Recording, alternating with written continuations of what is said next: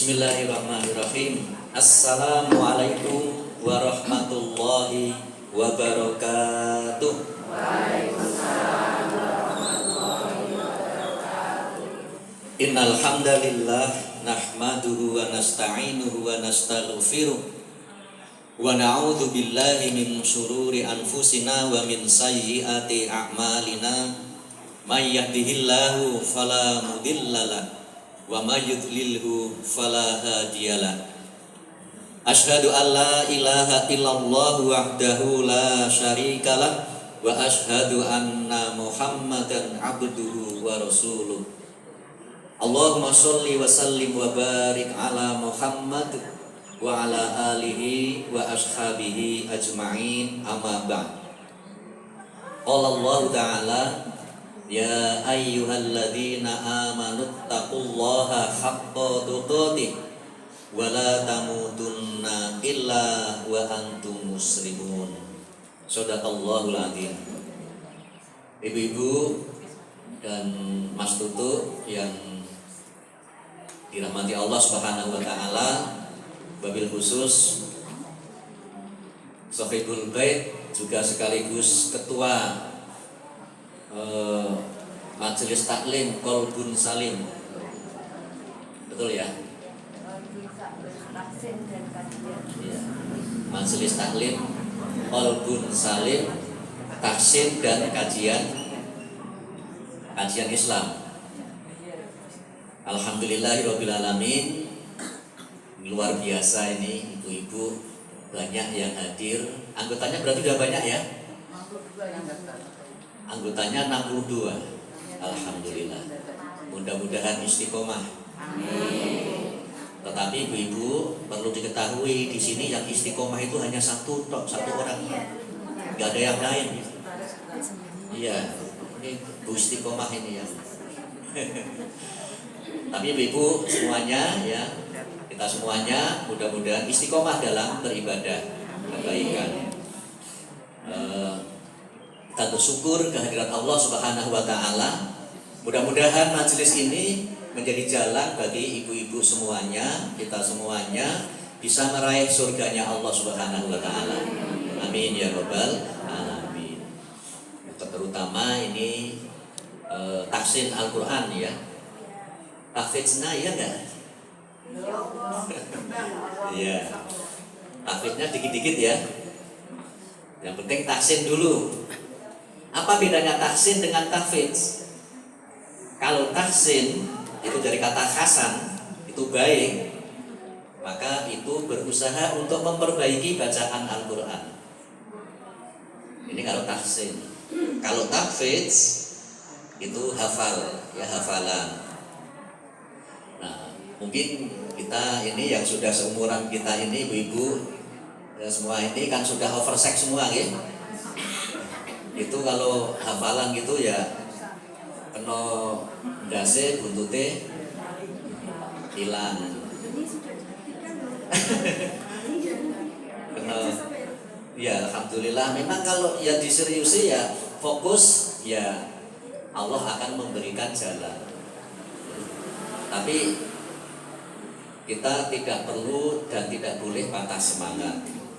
Ya, kalau yang sudah bacaannya bagus seperti Bu Nyai Sri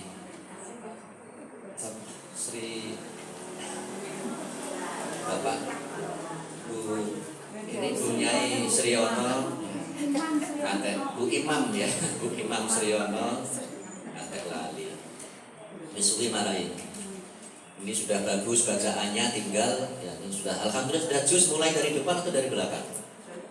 Dari belakang. Sukanya mulai dari belakang ya, udah hafalin ya. Oh yang pendek-pendek dulu gitu. Alhamdulillah. Berarti ini ustazahnya ini yang tahsin ini. Alhamdulillah. Ustazah gitu. 62 yang sudah daftar. Ini 2 kali sepekan yang tahsinnya. Lah ya, tahsinnya sepekan 2 kali. Seminggu itu sepekan ya? Sertanya Oh, belum. bapak-bapak 13. Makanya tadi mau tanya saya, itu yang 62 daftar itu sepekan 2 kali itu oh gitu ya. Berarti ini belum daftarnya sendiri-sendiri, taksin sendiri, kajian sendiri gitu. Oh ya sudah, gak apa-apa. Yang penting istiqomah ibu-ibu ya. Niatnya apa ibu-ibu? Niatnya apa? Ikut kajian, ikut taksin, niatnya apa? Tenane. Tidak gara-gara perkewo sama Bu Wati. Aku dioyak-oyak sama Bu Wati, tempo aku perkewo. Nggih. Mboten, alhamdulillah. Ini saya perkiwuan niku tiang-tiang mriku niku tiang sanes niku nek sing mriki niku mboten nggih. Mugi-mugi mboten benten nggih. Mugi-mugi mboten benten. Oh mugi-mugi benten nggih. Mugi-mugi benten nggih. Pokoknya niatnya ikhlas lillahi ta'ala karena Allah subhanahu wa ta'ala, ingin mencari ridho Allah subhanahu wa ta'ala, ingin mencari jalan terang ya, bekal kita ke akhirat. Karena ya mudah-mudahan apalagi dengan taksin Quran, baca Al-Quran itu ya, berarti kita cinta dengan Al-Quran. Orang yang cinta dengan Al-Quran itu disebutkan keluarganya Allah. Nanti satu kesempatan insya Allah nanti kalau minta Bu Wati lagi suatu saat nanti kita khusus kajian tentang Al-Quran. Banyak yang kita perlu ketahui ya berkaitan dengan Al-Quran ini. Nah, oleh karenanya maka kalau kita ini sebagai termasuk ahlul Quran, insya Allah Al-Quran itu kalau kita banyak baca itu akan menjadi penerang kita besok di hari di alam kubur, sebagai penerang kita, sebagai cahaya yang menerangi gelapnya kubur. Ini kalau kita suka membaca Al-Quran. Nah, baik Bapak yang dirahmati Allah Subhanahu wa taala, tema kita hari ini tidak tentang Al-Quran ya. Tema kita sebagaimana yang sudah disampaikan dalam undangan, yaitu tentang bulan-bulan haram. Dan sekarang ini kita berada di salah satu bulan haram, yaitu bulan Rajab. Nah, Ibu Bapak yang dirahmati Allah Subhanahu wa taala, tentang bulan haram ini, ya, bulan-bulan haram ini disebutkan di dalam Al-Quran surat At-Taubah ayat 36. At-Taubah ayat 36. A'udzubillahi minasyaitonirrajim. Inna iddatash syuhuri indallahi 12 syahron fi kitabillahi yauma khalaqas samawati wal arda minha arba'atun hurum dzalikat dinul qayyimu fala tazlimu fihinna anfusakum. Artinya sesungguhnya bilangan bulan pada sisi Allah adalah 12 bulan dalam ketetapan Allah di waktu Dia menciptakan langit dan bumi. Di antaranya 4 bulan haram. Dari 12 bulan tadi, di antaranya ada 4 bulan haram. Itulah ketetapan agama yang lurus. Maka janganlah kamu menganiaya diri kamu dalam bulan yang 4 itu. Al-Quran surat At-Taubah ayat 36. Jadi sudah menjadi ketetapan Allah Subhanahu wa taala ketika Allah menciptakan bumi ini dalam 1 tahun itu ada 12 bulan. Nah, kenapa Allah kok menetapkan itu 12 bulan dan ada 4 bulan? Ya, kita tidak perlu protes ya. Ini kita terima sebagai satu ketetapan dari Allah Subhanahu wa taala yang perlu kita imani. Nah, ini kalau di dalam Al-Qur'an belum disebutkan yang 4 bulan haram itu, ya termasuk 12 bulan itu apa saja. Ini tidak dijelaskan secara jelas atau tidak disebutkan. Nah, ini disebutkan di dalam hadis ya. Dalam hadis dari Abu Bakrah radhiyallahu an, Nabi sallallahu alaihi wasallam bersabda, "Az-zamanu qad istadara ka hayatihi yauma khalaqas samawati wal ardh. As-sanatu 12 syahran minha arba'atun hurum. Salasatun mutawaliyatun Dzulqa'dah wa Dzulhijjah wal Muharram wa Rajabu madharul ladzi baina Jumada wa Sya'ban." Artinya setahun berputar sebagaimana keadaannya sejak Allah menciptakan langit dan bumi. 1 tahun itu ada 12 bulan, diantaranya ada 4 bulan haram. 3 bulannya berturut-turut. Jadi 4 bulan haram itu yang 3 bulan berturut-turut, yaitu Dzulqa'dah, Dzulhijjah, dan Muharram. 1 bulan lagi adalah Rajab Mudhur yang terletak antara Jumadil Akhir dan Sya'ban. Nah, ini jadi dari hadis ini ya, hadis riwayat Bukhari nomor 3197 dan riwayat Muslim hadis nomor 1679 bisa diketahui 4 bulan haram itu ada 4 bulan, yaitu Dzulqa'dah, Dzulhijjah, Muharram, dan Rajab. Ini adalah disebut dengan bulan haram. Ibu apa yang dirahmati Allah Subhanahu wa taala? Nah, apa bedanya bulan haram dengan bulan-bulan yang lain? Nah, kalau dalam bulan haram itu ya disebutkan tadi dalam surat At-Taubah ayat 36, "Fala tadlimu fihinna anfusakum." Maka janganlah kamu menganiaya diri kamu dalam bulan yang 4 itu. Kenapa? Karena bulan haram atau disebut bulan mulia atau disebut juga bulan suci, itu bulan yang istimewa selain bulan Ramadan.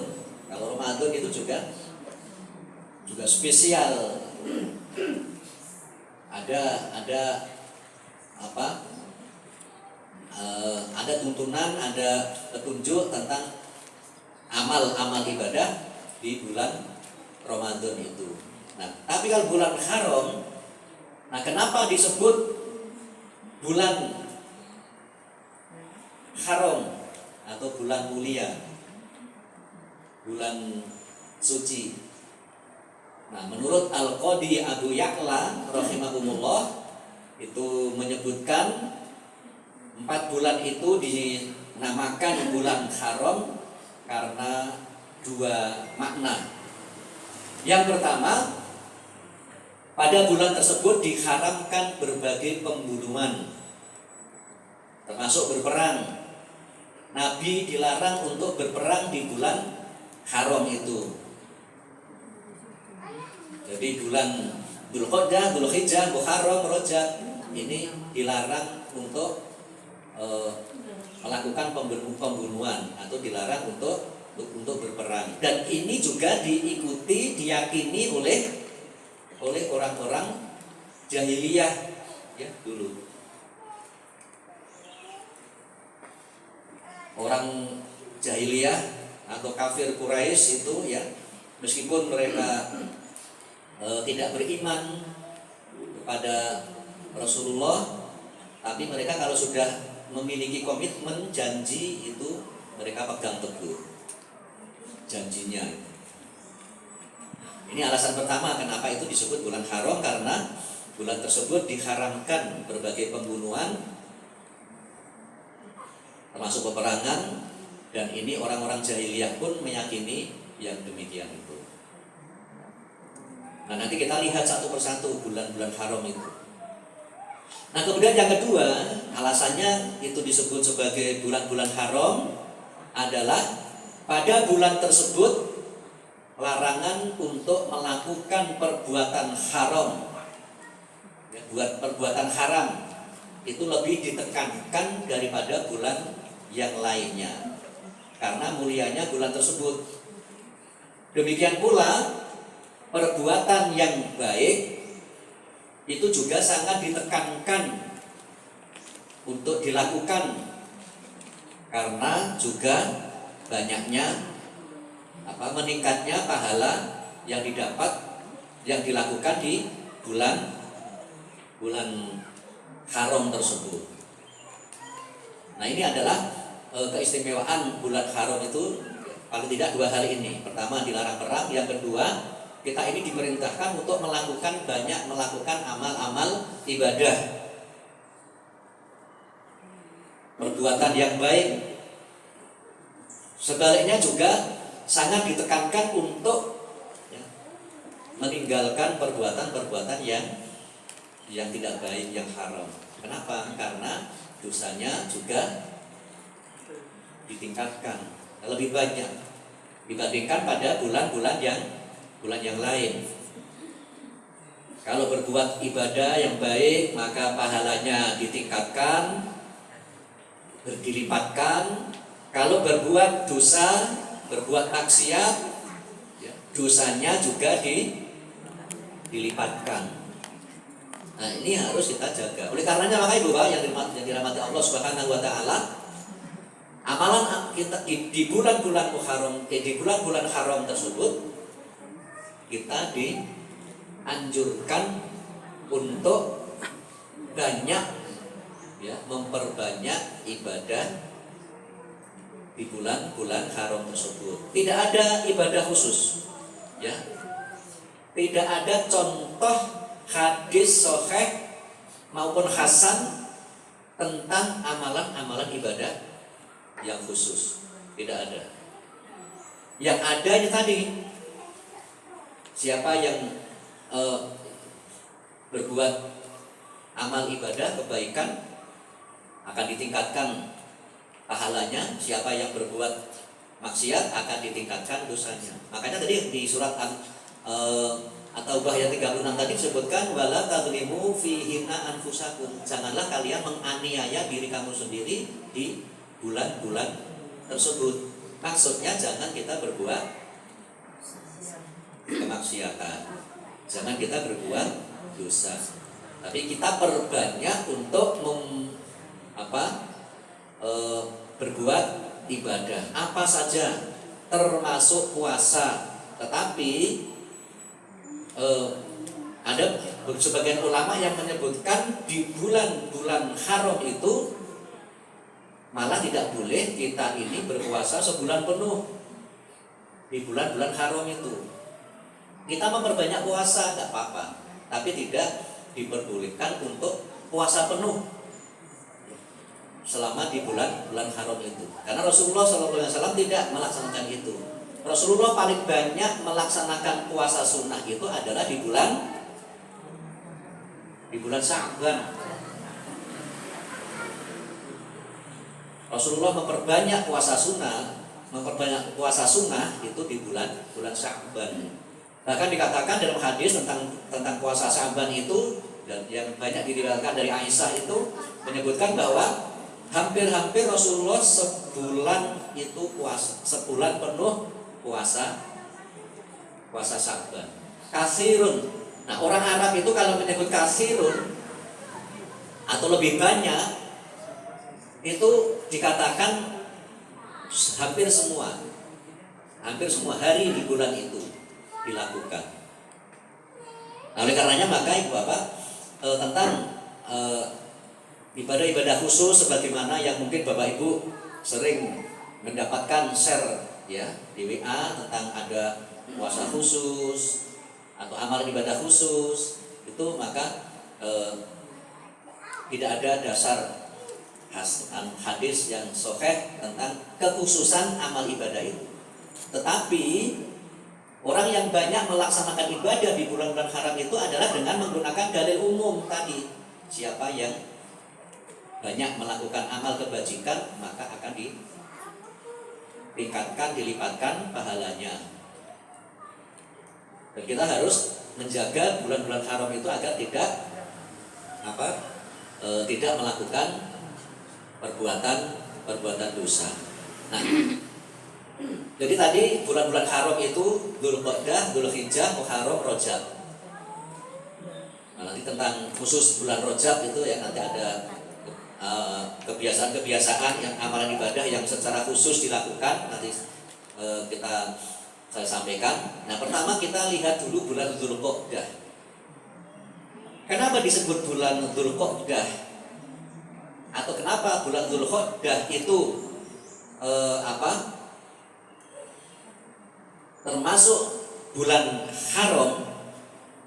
Ini antara lain disebutkan di dalam Al-Quran surat Al-A'raf ayat 142. Al-A'raf ayat 142.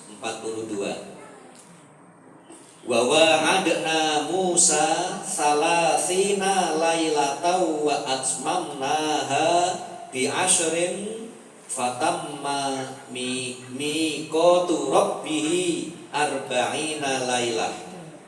Wa qala Musa li akhihi Harun akhlufni fi qaumi wa aslih wa la tattabi' sabilal mufsidin.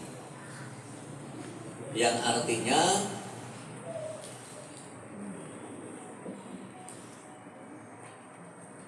dan telah kami janjikan kepada Musa memberikan Taurat sesudah berlalu waktu 30 malam, dan kami sempurnakan jumlah malam itu dengan 10 malam lagi, maka sempurnalah waktu yang telah ditentukan Tuhannya 40 malam. Dan berkata Musa kepada saudaranya Harun, gantikanlah aku dalam memimpin kaumku dan perbaikilah, dan janganlah kamu mengikuti orang-orang yang membuat kerusakan. Nah, ini 30 hari 30 malam itu adalah disebutkan dalam tafsir itu adalah bulan Dzulqa'dah, dan ditambah 10 malam di bulan Dzulhijjah sehingga menjadi genap 40 hari 40 malam.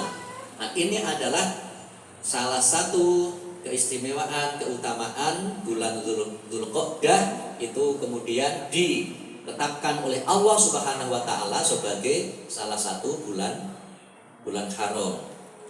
Nabi Musa ya, diberi kitab Taurat, termasuk Nabi Musa bertemu langsung ya, dengan Allah itu adalah di bulan Dzulqa'dah. Dan Nabi Rasul itu hanya 2 Nabi Rasul yang berhadapan langsung bertemu dengan Allah Subhanahu wa taala. Yang satu Musa dan yang satu Muhammad Sallallahu Alaihi Wasallam, yaitu ketika Mi'raj. Nah, ini di bulan Rajab ini. Jadi semuanya terjadi di bulan haram. Nabi Musa di bulan Dzulqa'dah, Nabi Muhammad di bulan Rajab, yaitu ketika Isra Mi'raj atau ketika Mi'raj. Isra itu kan perjalanan dari Mekah menuju ke Baitul Maqdis. Nah, Mi'raj itu naik dari Baitul Maqdis di Yerusalem ke langit, naik ke langit yang sering disebut dengan langit Sartuju gitu ya. Tapi sebenarnya disebut di Sidratil Muntaha. Nah, nanti sebentar lagi ibu-ibu ya, bapak nanti akan banyak mendengarkan tausiah-tausiah tentang Isra Mi'raj. Ini sudah mulai ada pengajian Isra Mi'raj ya. Nah baik, jadi ini Dzulqa'dah. Dan Dzulqa'dah ini adalah termasuk bulan haji. Salah satu keistimewaan juga dari bulan Dzulqa'dah ini. Orang melaksanakan haji itu sudah dimulai di bulan Dzulqa'dah.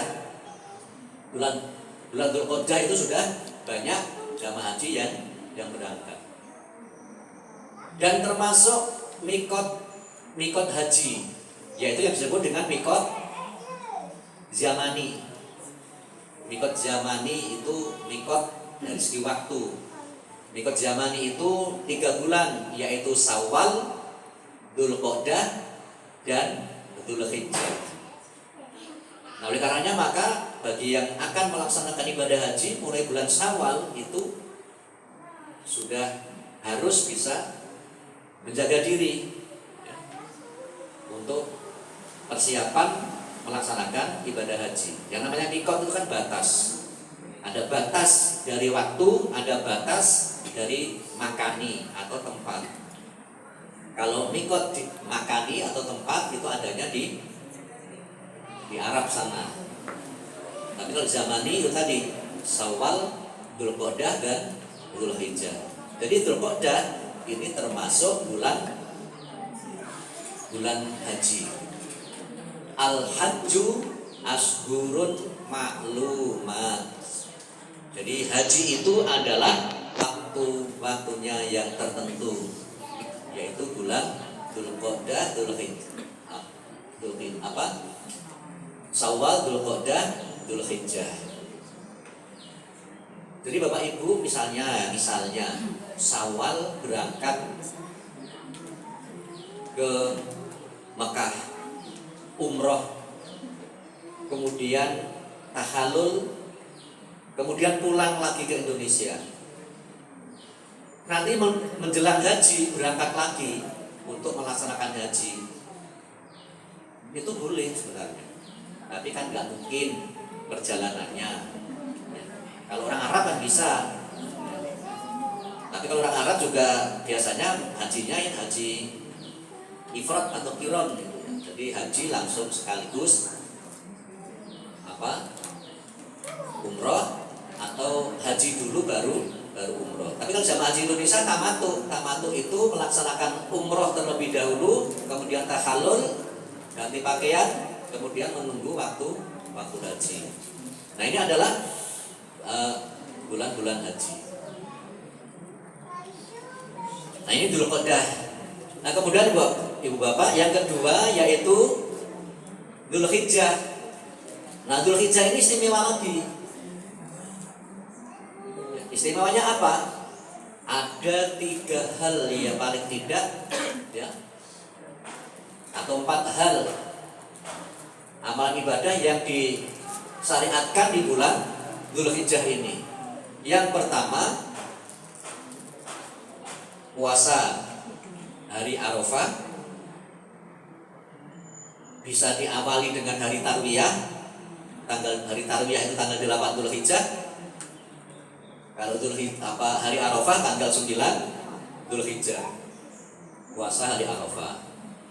Nah, kemudian tanggal 10 melaksanakan sholat Idul Adha, sekaligus juga mulai melakukan penyembelihan korban.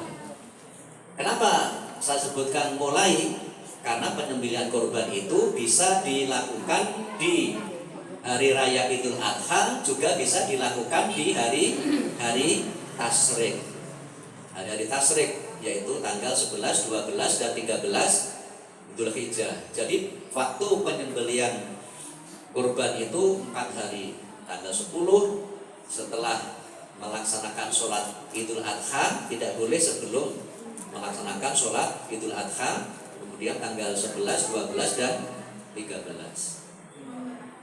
Nah, kemudian istimewanya lagi di bulan Dzulhijjah itu yaitu wukuf di Arafah bagi yang melaksanakan ibadah haji. Karena al-hajjul Arafah, haji itu ada di Arafah. Orang yang berhaji maka harus wukuf di Arafah. Tidak ada haji atau tidak sah haji kalau tidak wukuf di Arafah, meskipun hanya sebentar. Termasuk bagi yang sakit, bahkan yang tidak sadar sekalipun itu dibawa ke Arafah. Tidak boleh hanya di rumah sakit saja, tapi tanggal 9 Dzulhijjah saat waktu wukuf itu harus berada di Arafah meskipun hanya sebentar. Jadi dibawa ke Arafah. Nah, kemudian waktu wukuf itu adalah mulai ba'daz zawal namanya. Ba'daz zawal itu adalah setelah tergelincirnya matahari atau disebut atau setelah masuk waktu zuhur. Jadi dibawa mulai pagi ya. Karena kan panjang itu antriannya. Nah, kemudian nanti kalau sudah ba'daz zawal sebentar kemudian dibawa ke rumah sakit. Apa yang penting tetap harus berada di Arafah. Nah, ini antara lain 4 hal keistimewaan di bulan Dzulhijjah ini. Dan Allah menetapkan bulan Dzulhijjah itu adalah juga sebagai salah satu bulan haram. Kami doakan mudah-mudahan ibu-ibu yang sudah merencanakan berangkat ibadah haji tahun ini, yang mudah-mudahan bisa berangkat. Ada nggih yang haji berangkat tahun ini? Ya kalau belum ada mungkin mudah-mudahan nanti ya, pada saatnya. Ini bulan Dzulhijjah. Nah, kemudian bulan Muharram. Bulan Muharram atau orang Jawa menyebutnya bulan Suro. Bulan Muharram ini adalah bulan pertama di kalender Hijriah. Nah, bulan Dzulhijjah itu bulan yang ke-12, bulan yang terakhir. Nah, keistimewaan bulan Muharram itu di samping sebagai bulan pertama ya, dimulainya bulan-bulan Hijriah itu, di bulan Muharram itu ada satu hari yang istimewa yang disebut dengan hari Asyura. Dan hari Asyura ini 10 Muharram ini adalah disunahkan juga kita untuk melakukan puasa hari Asyura. Nah, kemudian tentang puasa di bulan Muharram ini, hari Asyura ini tidak hanya dimuliakan oleh umat Islam saja. Ini sudah dimuliakan oleh orang-orang terdahulu, termasuk orang-orang Yahudi memuliakan hari Asyura ini. Nah, termasuk juga karena kenapa orang-orang Yahudi memuliakan hari Asyura? Karena Nabi Musa diselamatkan dari Fir'aun dan orang-orang Yahudi itu di tanggal 10 Muharram. Berkarenanya mereka memuliakan bulan itu, mereka juga melakukan puasa di bulan Asyura ini atau tanggal 10 Muharram ini. Makanya kemudian Nabi memerintahkan kepada para sahabat, ketika ada sahabat yang menyampaikan, ya Rasulullah, itu tanggal 10 Muharram itu juga dimuliakan oleh orang-orang Yahudi dan Nasrani. Maka kemudian Rasulullah menyampaikan, insya Allah tahun depan kita melaksanakan puasa tanggal 9 dan tanggal 10 Muharram. Oleh karenanya maka ada tuntunan agar beda dengan yang dilakukan oleh orang-orang Yahudi Nasrani, maka umat Islam disunahkan melakukan puasa tidak hanya di tanggal 10 Muharram. Bisa tanggal 9 10, bisa 10 11, bisa tanggal 9 10 11. Nah ini bulan Muharram. Dan Allah juga tetapkan bulan Muharram ini oleh Allah SWT ditetapkan sebagai bulan haram, bulan yang mulia. Nah kemudian yang terakhir bulan Rajab, Dzulqa'dah, Dzulhijjah, Muharram itu bulan berturut-turut, bulan ke-11, bulan ke-12 dan bulan ke-1.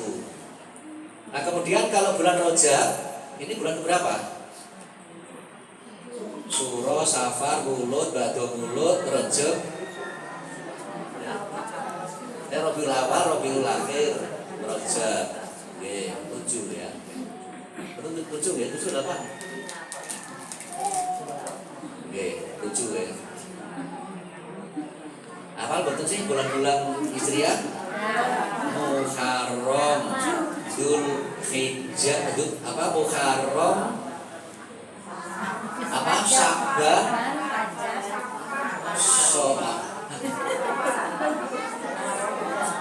Muharram, Safar, Rabiul Awal, Rabiul Akhir, Jumadil Awal, Jumadil Akhir, Rajab, Sya'ban, Ramadan, Syawal, Dzulqa'dah, Dzulhijjah. Dzulqa'dah, Dzulhijjah dulu baru. Tapi kelihatannya ibu-ibu ini hafalnya Jawa nih. Suro, Safar, Mulud, Bado Mulud, Jumadil Awal, Jumadil Akhir, Rajab, Rumah, Poso, Syawal, Apit besar, Suro meneh. Oke. Nah Rajab ini Bu, sekarang kita berada di bulan Rajab. Sekarang tanggal berapa? Sekarang tanggal 13. Oke. Makanya ini ada ibu-ibu yang puasa hari ini ya. Puasa ya, Yaumul Bid. Alhamdulillah ibu-ibu yang rajin puasa ya, mudah-mudahan ini. Nah ini puasa ini juga nanti yang akan menolong ya, ahlus syam itu nanti di hari akhir dan juga di alam kubur. Nah ibu bapak yang dirahmati Allah SWT, tadi saya sampaikan ya, di bulan Rajab ada sebagian dari saudara-saudara kita yang ada melaksanakan amalan-amalan khusus, termasuk puasa, termasuk sholat. Jadi mengkhususkan sholat tertentu, sholat tertentu atau yang disebut dengan ada sholat raghaib di bulan Rajab. Ibu-ibu melaksanakan nggak? Oh, belum tahu. Maksud sih? Ya. Jadi ada istilah, ya. Ada yang mengkhususkan sholat tertentu di bulan Rajab itu yang disebut dengan istilah sholat raghaib.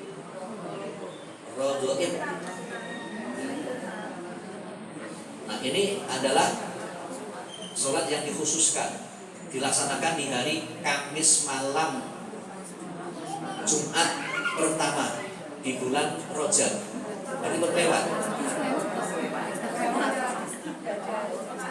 Nah makanya ini ya disampaikan ya. Jadi sholat raghaib atau disebut dengan sholat Rajab itu adalah sholat yang dilakukan di malam Jumat pertama bulan Rajab, antara sholat maghrib dan isya. Dan di siang harinya, hari Kamis itu diawali dengan puasa. Ya kalau ibu-ibu bapak sering puasa Senin Kamis, ya Kamis puasa itu sudah biasa, nggak apa-apa. Tapi kalau dikhususkan hari Kamisnya puasa, kemudian nanti malamnya pada maghrib sholat rakaat, dia nggak ada tuntunannya. Nah, dilaksanakan 12 rakaat. Di setiap rakaat dianjurkan membaca Al-Fatihah sekali dan surat Al-Qadr 3 kali. Suwir. 12 rakaat, setiap rakaat baca Al-Fatihah dan Al-Qadr 3 kali. Kuat betul? Karena diniati ya kuat. Karena diniati ya ragu ya. Ya. Nah ini tuntunannya seperti itu. Di setiap rakaat dianjurkan membaca Al-Fatihah sekali dan surat Al-Qadr 3 kali. Tidak hanya Al-Qadr 3 kali, ditambah surat Al-Ikhlas 13 kali. 12 kali. Surat Al-Ikhlas 12 kali. Satu rakaat. Iya. Iya. Berarti dikalikan 12 rakaat. Iya. Lo kan pengen dapat surga. Memang kalau benar dilaksanakan berat. Karena memang rakaatnya 12, jenengan sholat tarawih 11 rakaat aja imamnya dawa gerundel ya.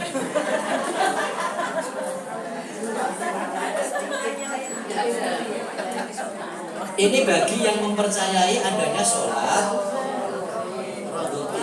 Nah, ini hanya untuk pengetahuan ya. Kemudian setelah pelaksanaan sholat tersebut dianjurkan untuk membaca sholawat kepada Nabi sebanyak 70 kali. Setelah sholat 12 rakaat itu disunahkan untuk dianjurkan ya, bukan disunahkan ya. Kalau disunahkan berarti ada tuntunannya. Dianjurkan untuk membaca sholawat 70 kali. Ya kalau membaca sholawat itu sih nggak apa-apa, baik. Berapapun baik. Bahkan disebutkan ya, setiap hari itu kita membaca sholawat itu minimal 10 kali. Membaca sholawat. Tapi membaca sholawat itu ya sholawat yang ada tuntunannya aja. Baca sholawat itu yang paling yang ada tuntunan itu kan Allahumma sholli ala Muhammad wa ala ali Muhammad. Itu yang paling pendek. Mau pakai Sayyidina yang monggo, enggak juga monggo ya. Nah ini menurut yang mempercayai, apa fadilahnya, apa manfaatnya melakukan sholat rakaat itu? Di antara keutamaan sholat rakaat itu adalah dosanya walaupun sebanyak buih di lautan akan diampuni dan bisa memberi syafaat untuk 700 kerabatnya. Masya Allah. Meskipun dosanya sebanyak buih di lautan akan diampuni dan akan bisa memberikan syafaat kepada 700 kerabatnya. Padahal yang bisa memberi syafaat itu hanya Rasulullah SAW, itu pun atas izin Allah Subhanahu wa Ta'ala. Nah ibu bapak yang dirahmati Allah Ta'ala, menurut Ibnul Jauzi ya, menyebutkan bahwa dalam hadis yang disebutkan itu adalah disebut hadisnya itu al-maudu atau palsu. Dalam kitab hadisnya al-maudu'at, yaitu kitab-kitab palsu, hadis-hadis palsu oleh Ibnul Jauzi itu menyebutkan, sesungguhnya aku melihat mereka di bulan Ramadan dan tatkala mereka melaksanakan sholat tarawih kok tidak bersemangat seperti melaksanakan sholat ini. Namun sholat ini di kalangan masyarakat umum begitu penting, sampai-sampai orang yang biasa tidak hadir sholat jamaah pun ikut melaksanakannya. Nah ini, jadi Ibnu Jauzi ini menyebutkan di dalam kitab hadisnya itu, bahkan ya, orang-orang itu malah mementingkan sholat raghaib ini dibandingkan dengan sholat tarawih. Ketika sholat tarawih mereka ogah-ogahan, tapi ketika sholat raghaib ini mereka malah bersemangat. Bahkan yang tidak pernah ikut sholat jamaah malah ikut datang ikut sholat raghaib ini. Ya kalau alam, gitu. Padahal sholat tarawih itu kan sholat yang diutamakan ya di bulan Ramadan dan ada jelas tuntunannya. Nah yang ini berdasarkan pada hadis yang maudhu tadi, yang palsu tadi.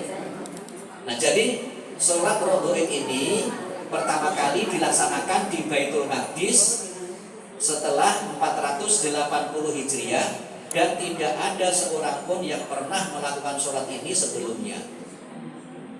Ini, jadi ini termasuk yang gak ada dasarnya, gak ada tuntunannya. Bahkan ini At-Turtusi mengatakan tidak ada satu riwayat pun yang menjelaskan bahwa Nabi SAW melakukan sholat ini.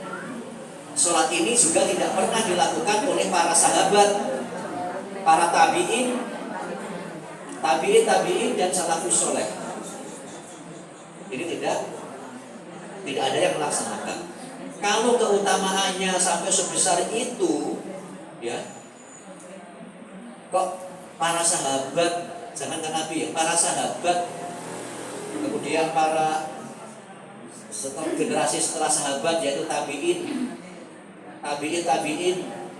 kok tidak melaksanakan kalau itu adalah ada tuntunannya. Sampai tadi fadilahnya kan luar biasa. Dosa sebanyak buih di lautan diampuni dan bisa memberi syafaat kepada kerabatnya, 700 kerabatnya. Ini kan luar biasa.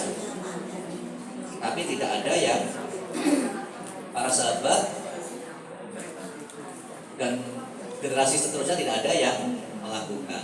Nah, jadi ini Bapak, ini hanya untuk diketahui ya. Jadi tidak ada sholat-sholat khusus yang dilakukan di bulan Rajab itu. Nah, kemudian termasuk mengkhususkan berpuasa di bulan Rajab. Kalau sudah terbiasa puasa Senin, Kamis, puasa Yaumil Bid, itu ya dilakukan di bulan apapun kecuali bulan Ramadan. Kalau bulan Ramadan tidak boleh hanya puasa Senin, Kamis dan Yaumil Bid saja. Ya, karena bulan Ramadan itu puasanya sepanjang semua hari.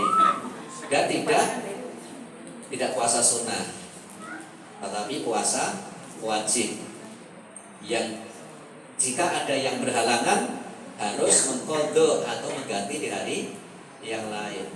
Kalau puasa sunnah Senin Kamis Yaumil Bid itu kan kalau nggak bisa melaksanakan kan tidak ada qadha.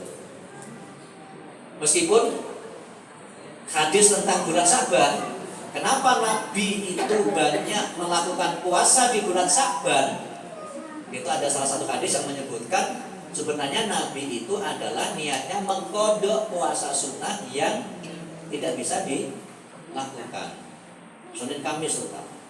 Karena Nabi itu Senin Kamis selalu puasa. Tapi karena suatu urusan dan sebagainya tidak bisa melaksanakan puasa, maka kemudian diganti di bulan Sya'ban. Itu ada yang menyebutkan seperti itu. Wallahu a'lam. Ya, jadi termasuk mengkhususkan berpuasa di bulan Rajab ini tidak ada tuntunannya. Jadi melakukan puasa khusus di bulan Rajab, maka sebenarnya itu semua adalah berdasarkan hadis yang seluruhnya lemah atau dhaif, bahkan maudhu atau palsu. Para ulama tidak pernah menjadikan hadis-hadis ini sebagai sandaran. Bahkan hadis-hadis yang menjelaskan keutamaannya adalah hadis yang maudhu. Misalnya kalau bulan Rajab itu puasa tanggal 1 sampai tanggal berapa? 10 gitu. Tanggal 1 nanti dapat ini, tanggal 2 dapat itu, dan sebagainya itu. Kalau mau puasa, puasa saja sebiasa yang biasa dilakukan. Yang biasa puasa Daud, sehari puasa sehari tidak, tetap terus dilakukan. Yang Senin Kemis tetap dilakukan. Yang Yaumul Bid tetap dilakukan. Memperbanyak yang dijadikan dasar itu adalah memperbanyak ibadah di bulan haram, karena pahalanya dilipatkan. Tidak hanya puasa, tidak hanya sholat sunnah, termasuk sedekah, tilawah Al-Quran, qiraatul Quran, belajar tahsin. Makanya di bulan-bulan haram itu ngaji tahsinnya lebih semangat, biar mendapatkan pahalanya dilipatkan. Nah, jadi ibu bapak yang dirahmati Allah Subhanahu wa taala, ini bahkan ini Imam Ahmad mengatakan sebaiknya seseorang tidak berpuasa pada bulan Rajab 1 atau 2 hari atau hari-hari tertentu saja. Sementara Imam Asy-Syafi'i mengatakan, aku tidak suka jika ada orang yang menyempurnakan puasa 1 bulan penuh sebagaimana puasa di bulan Ramadan. Nah, tadi yang saya sebutkan di awal. Bahkan ini ulama, ya, salah satu imam mazhab yaitu Imam Syafi'i itu tidak suka kalau di bulan haram itu melakukan puasa sunnah sebulan penuh, kecuali Ramadan. Beliau Imam Syafi'i ini berdalil dengan hadis Aisyah, yaitu Aisyah tidak pernah melihat Rasulullah SAW sebulan penuh pada bulan-bulan lainnya sebagaimana beliau menyempurnakan berpuasa sebulan penuh pada bulan Ramadan. Termasuk tadi di bulan Sa'ban. Di bulan Sa'ban itu Nabi juga tidak puasa penuh, tetapi kasirun, ya, kebanyakan hari di bulan Sa'ban itu Rasulullah puasa sunnah. Makanya disebut seakan-akan puasa sebulan penuh. Nah, ibu bapak yang dirahmati Allah Subhanahu wa taala, jadi ini kajian kita dengan tentang bulan-bulan haram. Ada 4 bulan haram: Dzulqa'dah, Dzulhijjah, Muharram, dan Rajab. Nah, mudah-mudahan ini ibu bapak semuanya bisa beribadah dengan sebaik-baiknya di bulan haram ini untuk mendapatkan pahala yang dilipatkan oleh Allah Subhanahu wa taala. Amin ya rabbal alamin. Saya kira demikian yang bisa saya sampaikan. Mudah-mudahan bermanfaat untuk kita semuanya, menambah iman kita, dan kita bisa lebih tahu tentang ajaran-ajaran agama Islam ini. Wa'afu minkum, nasrun minallah wa fathun qarib. Wassalamualaikum warahmatullahi wabarakatuh.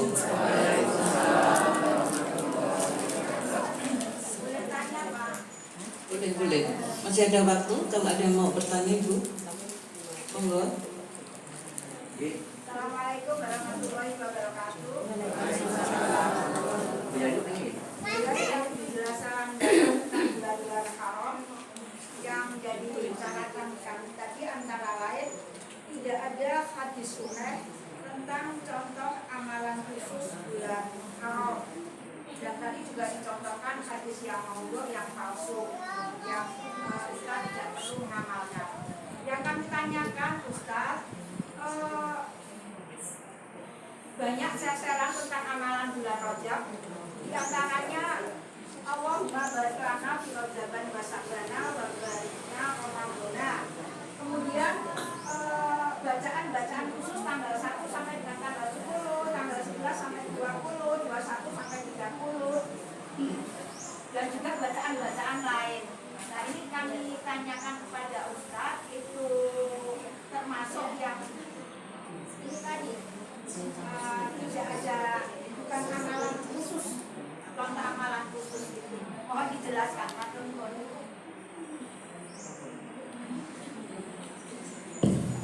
Baik, terima kasih pertanyaannya Bu Yayuk ya. Iya, Pak. Nggih. Soalnya rada adoh iki rada wis rada lemun-lemun nih. Baik, yang pertama soal doa.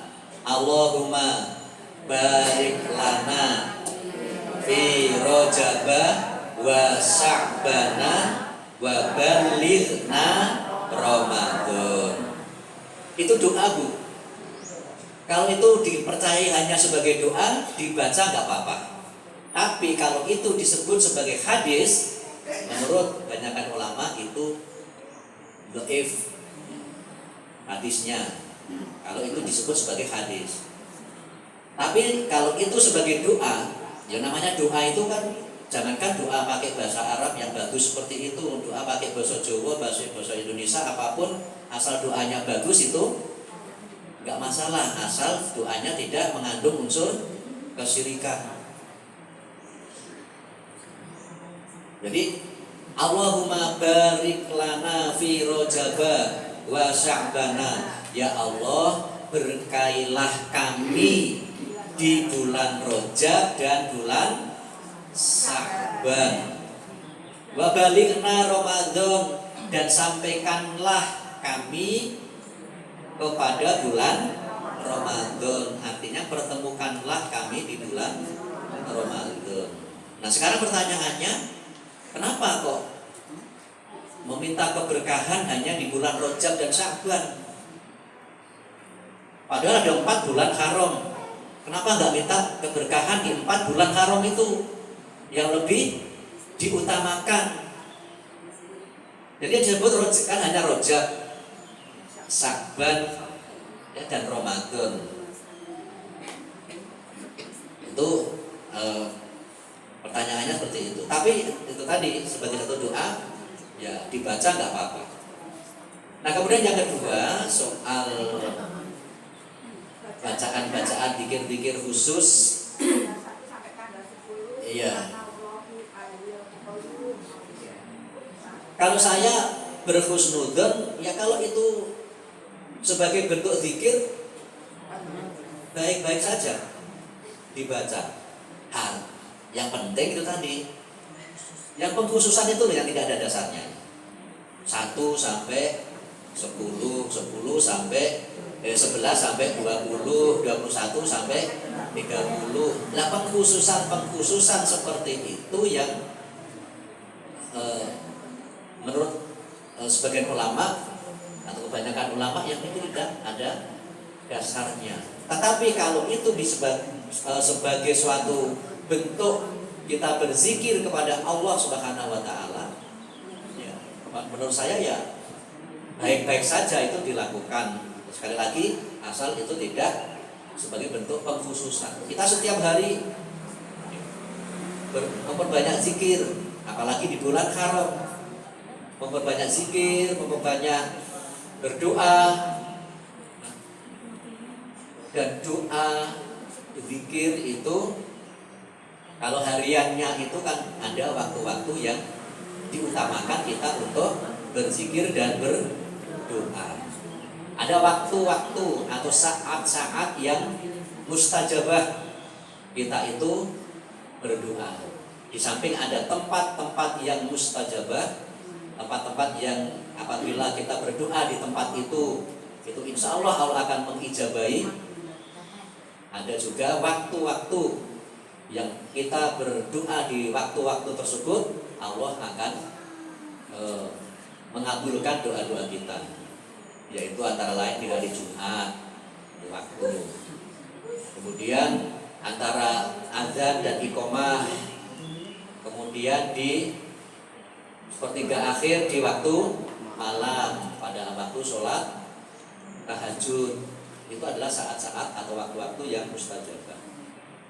Oleh karenanya maka monggo diamalkan zikir-zikir itu, asal kita tidak mempercayai dan tidak mengkhususkan waktu-waktu atau hari-hari tersebut, karena memang tidak ada dalilnya yang hadis yang sahih. Maka demikian. Oke, ada lagi yang lain?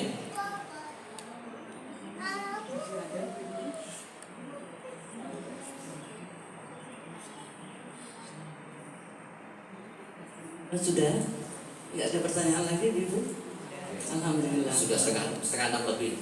Ya, semoga dengan kajian tadi lebih menambah iman setelah ketawaan kita kepada Allah dan dapat kita terapkan dalam kehidupan kita sehari-hari.